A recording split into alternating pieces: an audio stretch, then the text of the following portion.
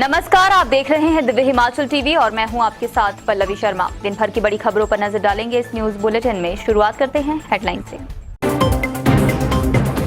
हिमाचल में कांग्रेस का नया फार्मूला, विधानसभा चुनावों में 50 से कम उम्र वालों को बांटेंगी आधी टिकटें।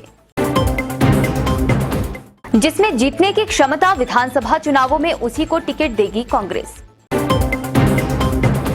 जल शक्ति विभाग के स्टोर में बेकाबू हुई लपटें, पल भर में लाखों का नुकसान।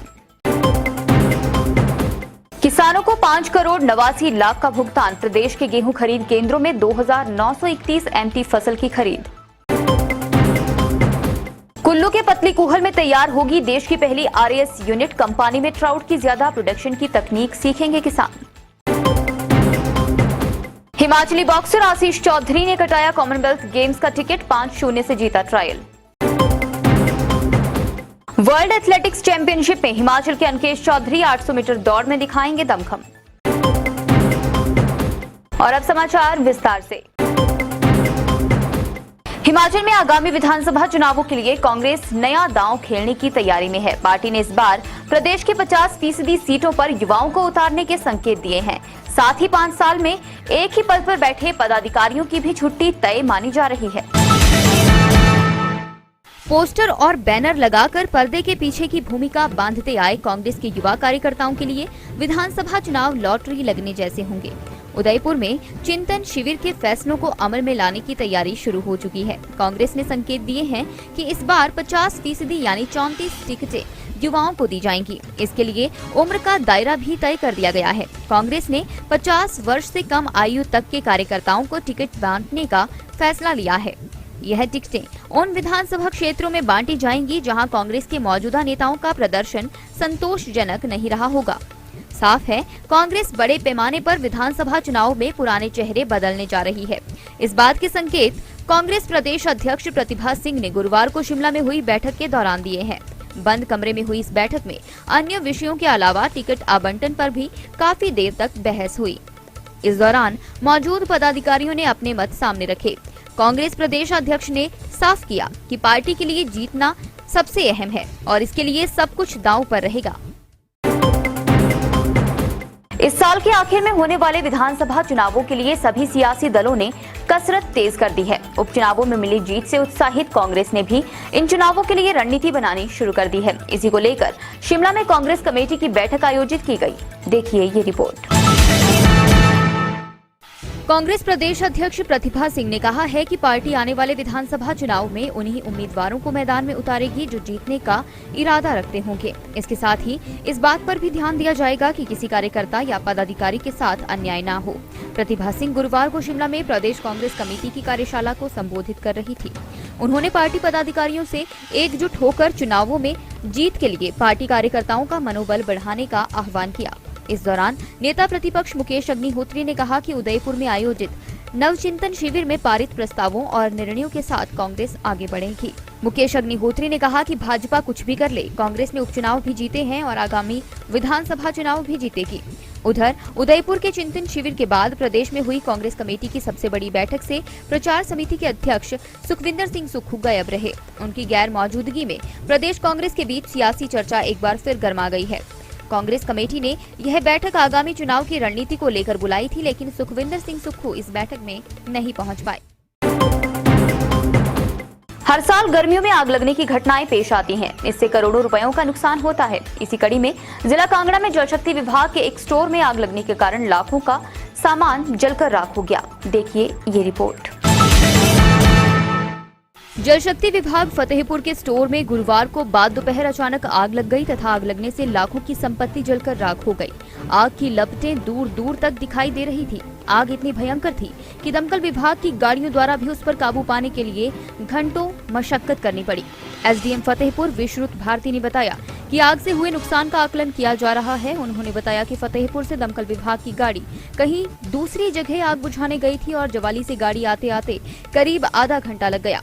इस कारण भी आग ज्यादा फैल गई। जब आग लगी उस समय स्टोर में 2 लोग मौजूद थे जिन्होंने आग से स्टोर का एक हिस्सा तो बचा लिया, लेकिन वे बाहर पड़ा सामान नहीं बचा पाए। आग लगने के कारणों की जांच की जा रही है।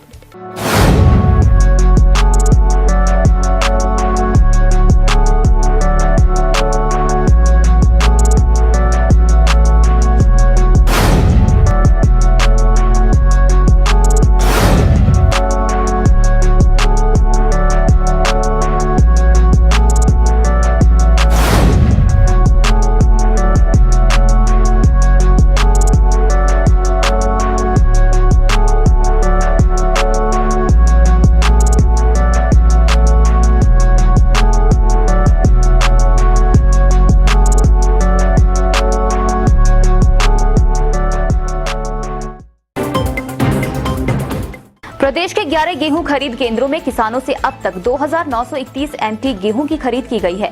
किसानों को अब तक FCI द्वारा 5 करोड़ 89 लाख का भुगतान किया गया है। फसल बेचने को खाद्य आपूर्ति विभाग के पोर्टल पर धड़ाधड़ पोर्टल बुक हो रहे हैं। किसानों को गेहूं की फसल का अब तक FCI द्वारा 5 करोड़ 89 लाख का भुगतान किया गया है। प्रदेश के 11 गेहूं खरीद केंद्रों में 15 अप्रैल से शुरू हुई गेहूं खरीद के दौरान किसानों से अब तक 2,931 MT गेहूं की खरीद की गई है। 15 अप्रैल से गेहूं खरीद केंद्रों में फसल बेचने के लिए किसान ऑनलाइन पंजीकरण करवा रहे हैं। खाद्य आपूर्ति विभाग के पोर्टल पर धड़ाधड़ पोर्टल बुक हो रहे हैं। प्रदेश भर में बनाए गए गेहूं खरीद केंद्रों में फसल बेचने के लिए रविवार तक 2,820 किसानों ने खाद्य आपूर्ति विभाग के पोर्टल पर ऑनलाइन पंजीकरण करवाया। अब तक किसानों को 1,702 टोकन नंबर जारी किए गए हैं। प्रदेश में किसानों से गेहूं खरीद के लिए खाद्य आपूर्ति विभाग द्वारा कांगड़ा में 3, ऊना में 2, सिरमौर में 3, सोलन में 2, बिलासपुर में 1 गेहूं खरीद केंद्र बनाया गया है।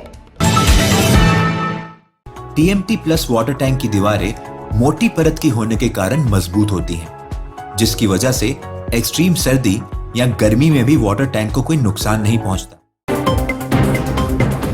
कुल्लू जिला के पतलीकूहल में देश का पहला रीसर्कुलेटरी एक्वाकल्चर सिस्टम तैयार किया जाएगा। इस RAS यूनिट के निर्माण के लिए 1 करोड़ 28 लाख रुपए के बजट को भी मंजूरी मिल चुकी है। यहाँ मत्स्य पालकों को ट्राउट की नई तकनीक के बारे में भी जानकारी मिलेगी। हिमाचल प्रदेश में ट्राउट क्षेत्र का पहला रीसर्कुलेटरी एक्वाकल्चर सिस्टम यानी RAS यूनिट स्थापित की जाएगी। कम पानी में अधिक प्रोडक्शन की यह यूनिट देश भर में अपनी तरह की ऐसी पहली ही होगी। कुल्लू जिला के पतलीकूहल में प्रस्तावित इस यूनिट के निर्माण के लिए 1 करोड़ 28 लाख रुपए के बजट को भी मंजूरी मिल चुकी है। इसका फायदा ये होगा कि विभागीय कर्मचारियों को ट्राउट पालन की ट्रेनिंग देने के अलावा मत्स्य पालकों को भी ट्राउट की नई तकनीक के बारे में उपयुक्त जानकारी मुहैया करवाई जाएगी।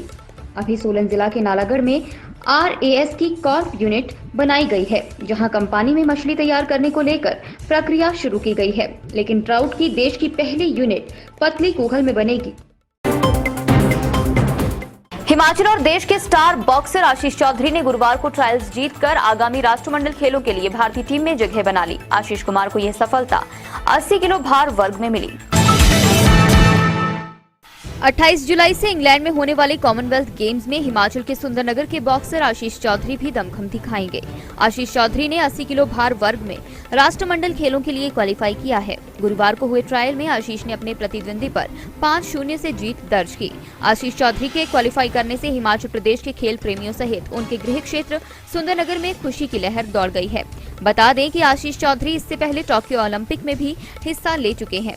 उधर आशीष चौधरी के घर पर बधाइयों का तांता लग गया है।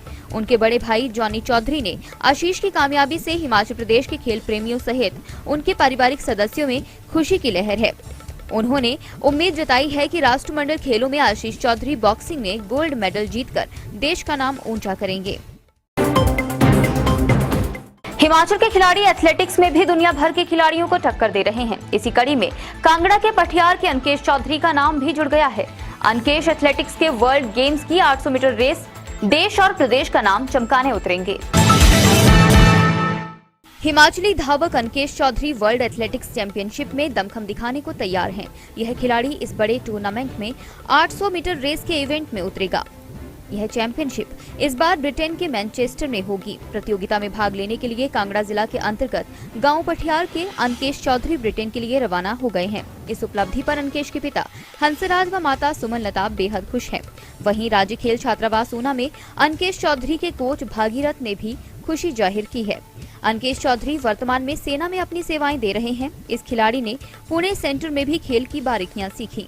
मैं आपको थोड़ा सा बताता हूँ कि ये बहुत ही मेहनती और डिसिप्लिन लड़का था, और जब भी प्रैक्टिस करता था तो ये कभी भी मतलब आनाकानी नहीं करता था। और आज हमें बड़ी खुशी की बात है कि आज ये लड़का कहाँ से कहाँ पहुँच गया है। बिना मेहनत से कुछ नहीं बनता है, और मेन चीज़ ये होती है कि अपना जितना भी टाइम 100% दे, तभी आज एथलीट अपने मुकाम पे पहुंचता है। चलते चलते में कुछ और बड़ी खबरें। HRTC ने ऑन ड्यूटी शराब के नशे में धुत कंडक्टर किया सस्पेंड। बस में बैठे यात्रियों ने निगम के DDM से की थी शिकायत। सोलन में फार्मा कंपनी के निदेशक ने दवाइयों के निर्यात के एवज में 12.5 लाख रुपए की धोखाधड़ी करने वाले एक व्यक्ति के खिलाफ दर्ज करवाई शिकायत। प्रश्नावली भेजने के बाद पुलिस भर्ती कमेटी के अधिकारियों से पूछताछ शुरू। एसआईटी ने भर्ती कमेटी के चेयरमैन से पूछे कई अहम सवाल। कुमारसैन में अज्ञात महिला के शव की पोस्टमार्टम की जांच में हत्या का खुलासा, महिला के गर्भवती होने की भी पुष्टि, मर्डर का केस दर्ज। आज के न्यूज बुलेटिन में बस इतना ही। रात 9 बजे देखना न भूलें शिमला से हमारा विशेष लाइव प्रसारण।